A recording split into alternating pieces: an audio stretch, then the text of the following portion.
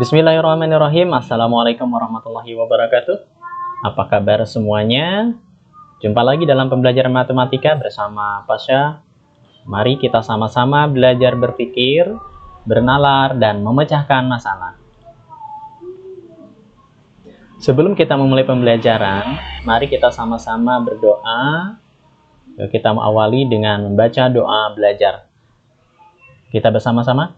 A'udzu billahi minasyaitonir rajim. Bismillahirrahmanirrahim. Rabbi zidni ilma warzuqni fahma waj'alni minas sholihin. Ya Allah, tambahkanlah aku ilmu dan berilah aku kemampuan untuk memahaminya, dan jadikanlah aku termasuk golongan orang-orang yang soleh. Amin ya rabbal alamin. Baik anak-anak sekalian, agar pembelajaran matematika pada hari ini dapat kalian terima dengan baik dan kalian mampu memahaminya, tentunya setelah kita berdoa, ya, dalam mengikuti pembelajaran kalian harus tetap fokus dan tentunya iringi dengan semangat. Baik, materi kita pada kesempatan kali ini adalah dimensi 3, ya, lanjutkan dari materi sebelumnya. Kompetensi dasar yang kita capai yaitu menyajikan penyelesaian masalah yang berkaitan dengan jarak antara titik ke titik, jarak titik ke garis, dan jarak garis ke bidang pada geometri dimensi 3. Adapun tujuan pembelajaran yang akan kita capai, ya, yang pertama, ya, diharapkan kalian mampu menentukan jarak antara titik ke titik, menentukan jarak antara titik ke garis, menentukan jarak antara garis ke garis, menentukan jarak antara garis ke bidang, dan yang terakhir menyelesaikan masalah yang berkaitan dengan jarak antara titik ke titik, titik ke garis, dan garis ke bidang pada geometri dimensi 3. Ini tujuan pembelajaran kita pada kesempatan kali ini.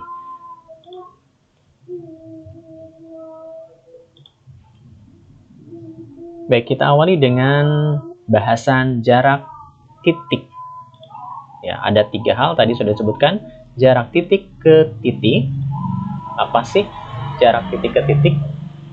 Oke, ini ilustrasi dari jarak ke titik. Baik, misalkan saja kita akan mengukur jarak titik A ke titik B, ya. Maka caranya kita hubungkan titik A ke titik B sehingga membentuk sebuah garis. Dan jarak yang bisa kita hitung adalah yaitu sama dengan panjang garis AB. Ya, jadi kita bisa ukur jarak dari titik A ke titik B itu dengan menghubungkan garis AB. Nah, ini jaraknya. Kemudian yang kedua, jarak titik ke garis. Nah, ilustrasinya seperti ini. Ya, misalkan jarak titik A ke garis G, jarak titik A ke garis G. Ya. Nah, ini dapat kita tentukan. Pertama, kalian buat garis dari titik A yang tegak lurus garis G. Ini ditarik garis ya ke garis G nih, sehingga nanti dia tegak lurus, ya, tegak lurus. Misalkan saja berpotongan di titik A aksen, di mana nanti A aksen itu adalah proyeksi titik A ke garis G. Apa itu proyeksi? Bayangan, ya. Kalau istilah proyeksi itu bahasa kitanya mungkin bayangan. Ya, jadi jaraknya nanti jarak titik A ke garis G itu sama juga dengan panjang garis A aksen, ya, gitu. Jadi jaraknya dari titik A ke titik A aksen. Yang ketiga itu jarak titik ke bidang. Ya, ilustrasinya mungkin kalau ada sebuah titik dan sebuah bidang alfa, misalkan jarak titik A ke suatu bidang ditentukan dengan cara pertama kalian buat proyeksi dari titik ini ke bidang, ya, ke bidang yang dimaksud. Nah, nanti sekali lagi proyeksi ini adalah bayangannya, bayangan titik A ke bidang persegi ini atau persegi panjang atau bidang alfa secara umum itu adalah A aksen. Lalu jarak titik A ke bidang tersebut itu dapat kita hitung dengan mengukur panjang dari A ke A aksen atau panjang garis A aksen. Ya, ini konsep dasarnya. Untuk berikutnya jarak garis. Itu ada 2 hal, ada jarak garis ke garis Nah, ilustrasinya begini, misalkan saya punya sebuah garis G dan garis H, ya. Nah, jarak garis ke garis itu merupakan jarak terpendek antara dua garis tersebut, atau panjang garis yang memotong tegak lurus kedua garis tersebut. Nah, jarak garis G ke garis H, misalkan saja ditentukan, ya, tarik garis sehingga berpotongan dan tegak lurus di kedua garis G dan garis H ini. Misalkan saja garis G berpotongan di titik A dan garis H berpotongan di titik B. Maka jarak garis G ke garis H itu sama dengan panjang garis AB. Ya, jadi tinggal buat garis saja. Yang kedua, jarak garis ke bidang. Ya, baik, misalkan Bapak punya sebuah garis G dan bidang alfa. Ya, dimana nanti garis G ini, ya, kita proyeksikan terhadap bidang alfa. Garis G kita proyeksikan terhadap bidang alfa. Ya, ketemulah garis G aksen di sini. Ya. Kemudian apalagi? Nah, jarak dari garis G ke bidang alfa kita buat sebuah garis. Misalkan dari garis G kita ambil sebuah titik A, kemudian ditarik ke bidang, misalkan berpotongan di titik B, maka jarak garis G ke bidang alfa ini sama juga jarak atau panjang garis AB. Ya, tentunya nanti harus diproyeksikan terlebih dahulu garis tersebut pada bidang. Oke, ini konsep dasarnya lah ya, secara teoritis seperti ini. Nah, di dalam menentukan jarak pada dimensi 3 ada beberapa hal sebagai syarat ya untuk memudahkan kalian, yaitu konsep pentingnya ya. Yang pertama, kalian harus paham betul mengenai rusuk, mana yang disebut rusuk ya, karena rusuk ini kan memiliki ukuran ya. Ini panjang rusuk kalian harus pahami. Yang kedua, itu biasanya kita menggunakan panjang diagonal sisi. Kalau kita punya sebuah kubus atau balok ya, kalian harus mampu menentukan diagonal sisinya dari mana ke mana ya. Kemudian yang ketiga, panjang diagonal ruang ya. Jarak pada dimensi 3 juga berkaitan dengan panjang diagonal ruang. Yang keempat, ya, kalian harus memahami konsep dalil Pitagoras. Ini sudah disampaikan mungkin di tingkat SMP di kelas 8 kalau tidak salah.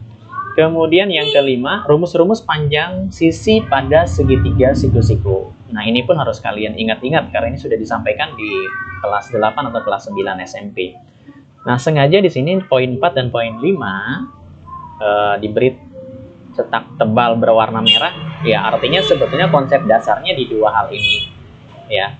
Poin 1, 2, 3 untuk memudahkan saja. Baik, kita bahas ya, sekedar mereview, mengingatkan mengenai dalil Pitagoras. Kalau kita punya sebuah segitiga ABC dengan siku-siku di B, di mana pada segitiga siku-siku ini ada yang dimaksud dengan sisi pembentuk sudut siku-siku ya. Di sini ada dua, garis AB dan BC. Ini pembentuk sudut siku-siku atau sisi siku-siku. Dan yang garis yang ketiga itu ada yang disebut sebagai sisi hipotenusa atau sisi miring lah ya. Nah, lebih kerennya sisi hipotenusa bahasa matematikanya. Sisi hipotenusa ini itu selalu terletak di depan sudut siku-siku. Nah, bagaimana bunyi dari sebuah dalil Pitagoras sebuah segitiga siku-siku? Baik, segitiga siku-siku ABC, siku-siku di B di sini, sisi hipotenusanya adalah AC, ya, maka rumus Pitagorasnya adalah sisi hipotenusa dikuadratkan, ya, itu sama dengan jumlah sisi pembentuk sudut siku-siku, ya. Nah, sisi pembentuk sudut siku-siku ini nanti masing-masing dikuadratkan. Ya, bahasa ininya lah AC kuadrat sama dengan AB kuadrat ditambah BC kuadrat. Ini pada segitiga siku-siku ABC. Ya, ini mengingatkan saja untuk kelas 8. Berikutnya rumus-rumus panjang sisi pada segitiga siku-siku. Ya, kalau kita punya segitiga siku-siku ABC, ya. Nah, segitiga siku-siku ABC kuncinya itu adalah di titik sudut siku-siku ya, di titik B. Kalau misalkan siku-sikunya di A, berarti kata kuncinya ada di A.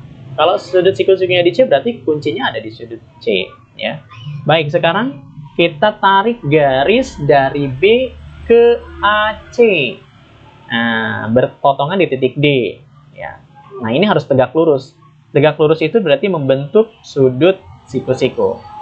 Nah, maka nanti pertama tentunya dalil Pitagoras ini akan berlaku ya, seperti yang dibahas di poin bagian kanan atas. Itu. Yang kedua, panjang BC kuadrat itu sama dengan CD kalikan CA ya. BC kuadrat sama dengan CD kali CA. Yang ketiga, dari sudut B kembali BA kuadrat itu sama dengan AD kali AC. Yang keempat, BD kuadrat itu sama dengan DA kali DC. BD kuadrat DA kali DC. Ya, ini hubungan-hubungan atau rumus-rumus yang berada pada segitiga siku-siku. Dan satu lagi, ini yang tak kalah pentingnya dan sering kali dimunculkan tanpa kita sadari, bahwa BD itu sama dengan perkalian antara BC kali BA dibagi AC. Ya, artinya panjang garis yang ditarik dari sudut siku-siku tegak lurus hipotenusa itu sama dengan perkalian sisi pembentuk sudut siku-siku dibagi sisi hipotenusanya. Ya, bahasa matematikanya seperti itu. Ya, kalian boleh ingat-ingat cara menentukannya. Ini gampang ya. Nah, kuncinya ada di sudut siku-siku. Baik, perhatikan kubus ABCDEFGH. Nah, kita akan coba bagaimana sih menentukan jarak titik ke titik, titik ke garis, dan seterusnya pada kubus ya.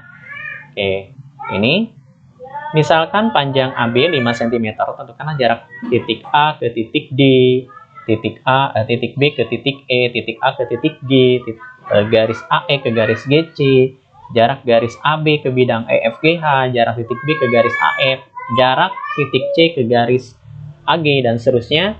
Ini tentunya kalian harus memahami konsep-konsep penting yang barusan Bapak sampaikan. Ada 5 poin di atas ya.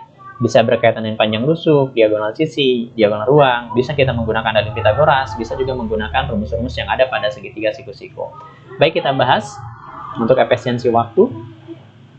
Penyelesaiannya, nah ini kubus yang tadi.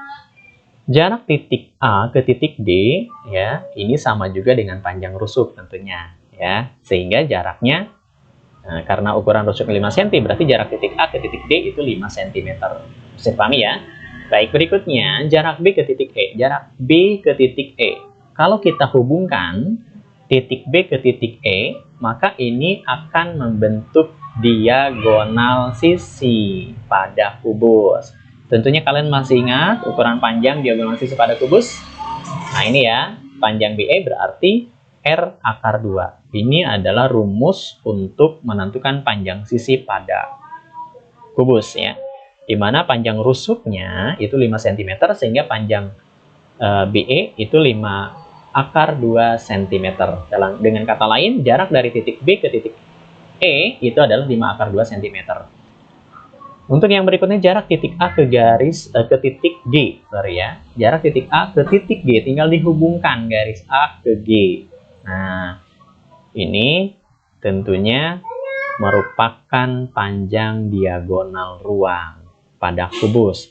Panjang diagonal ruang pada kubus itu rumusnya adalah R akar 3, di mana R-nya adalah 5 cm, sehingga jarak titik A ke titik G itu sama dengan 5 akar 3 cm.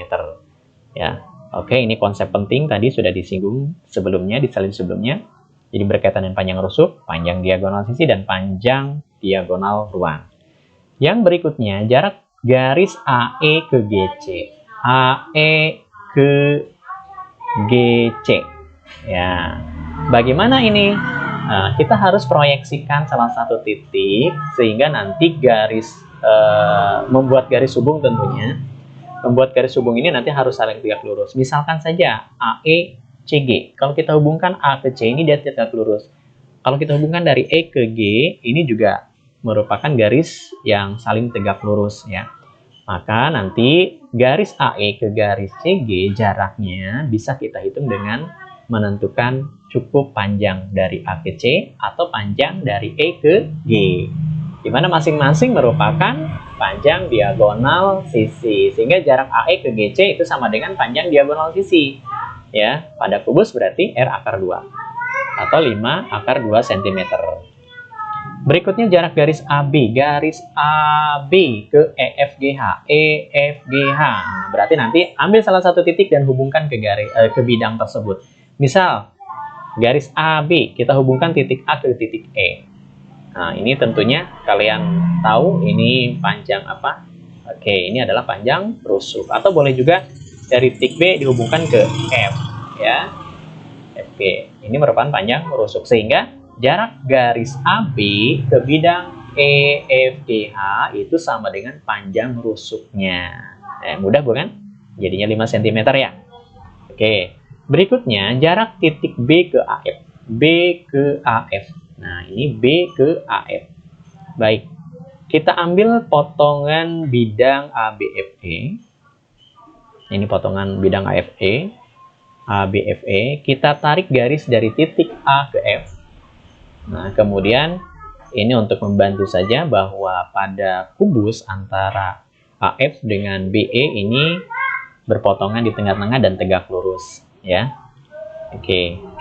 Proyeksikan titik B pada garis AF. Jadi titik B ini diproyeksikan, cantumkan bayangannya. Bayangannya ada di sini nih. Ya, misalkan dalam hal ini adalah B aksen. Ya, tarik garisnya.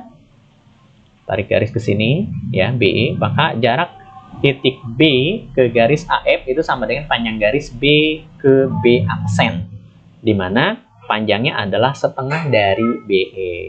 Nah, setengahnya ya.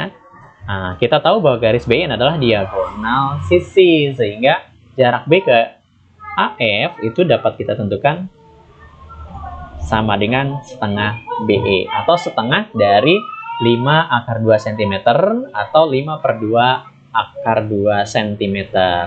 Ini jarak B ke AF. Suatu titik ke garis atau ke garis diagonal ya. Oke, yang F-nya. Berikutnya yang G, jarak C ke AG. C ke AG. Kita buat garis AG. Garis AG ini adalah diagonal ruang. Kita hubungkan juga dari titik A ke titik C, ya. Jadi konsepnya hubungkan titik-titik tersebut. Ternyata dia membentuk segitiga siku-siku yang saling tegak lurus. Kalau kita proyeksikan C-nya ke garis AG itu muncul C aksen. Ya, nah ini langkahnya sebetulnya. Ini ya, jadi kita pindahkan nih ACG, ini merupakan segitiga siku-siku dengan ukurannya AC 5 akar 2 karena ini diagonal sisi. Kemudian C ke G ini adalah panjang rusuk 5 cm ukurannya. Kemudian AG merupakan diagonal ruang 5 akar 3. Yang kita tentukan adalah dari C ke garis AG.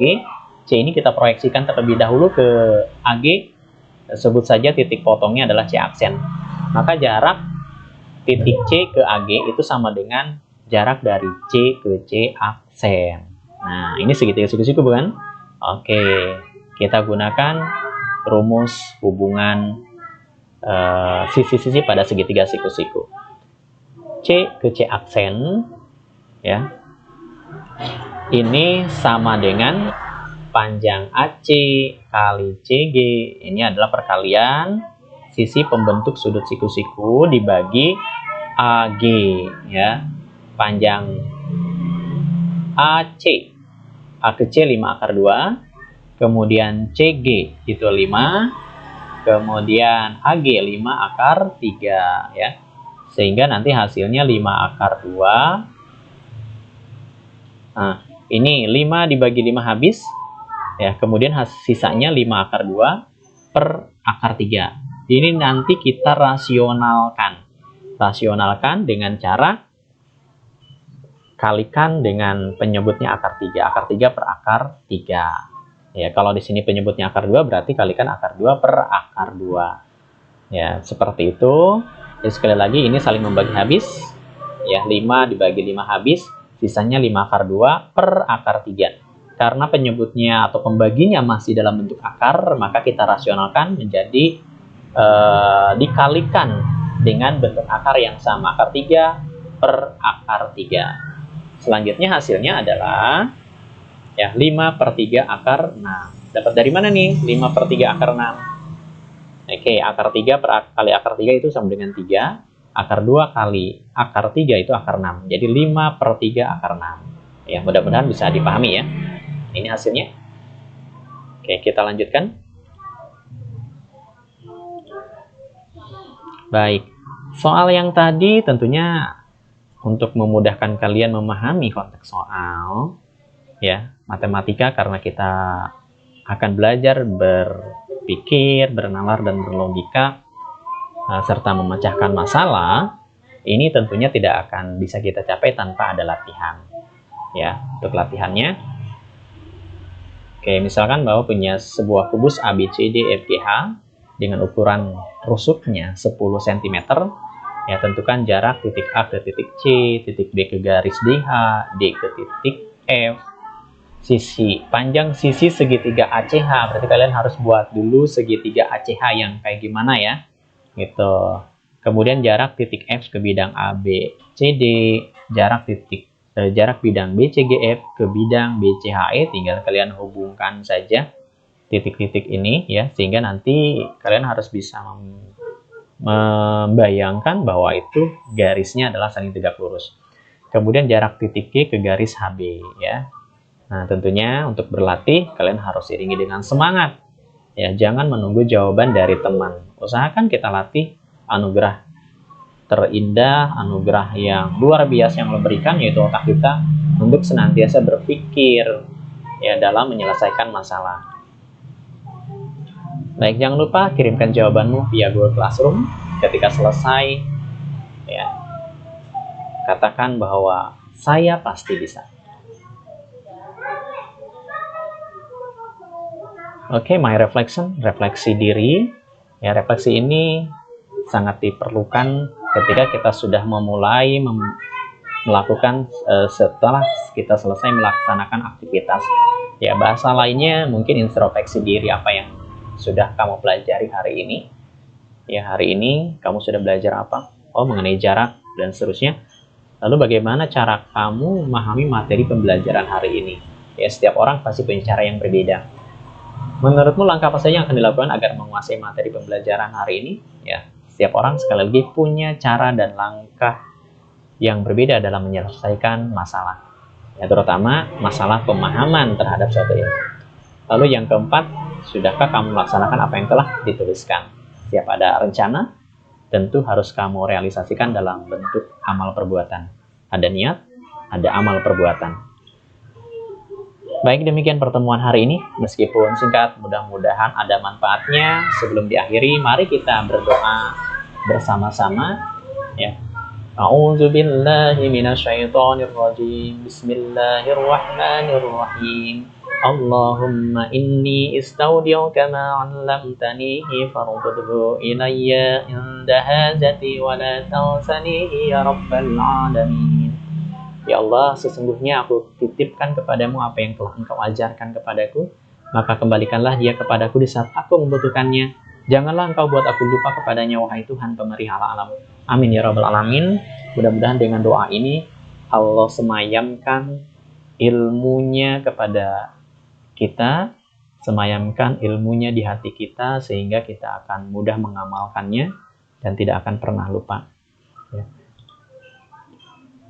Alhamdulillahirrabbilalamin. Terima kasih. Mari kita senantiasa bersyukur kepada Allah. Jangan lupa untuk selalu tersenyum. Dan ingatkan bahwa diri kita harus mencapai kebahagiaan. Ya. Bapak akhiri dengan ucapan Wassalamualaikum warahmatullahi wabarakatuh.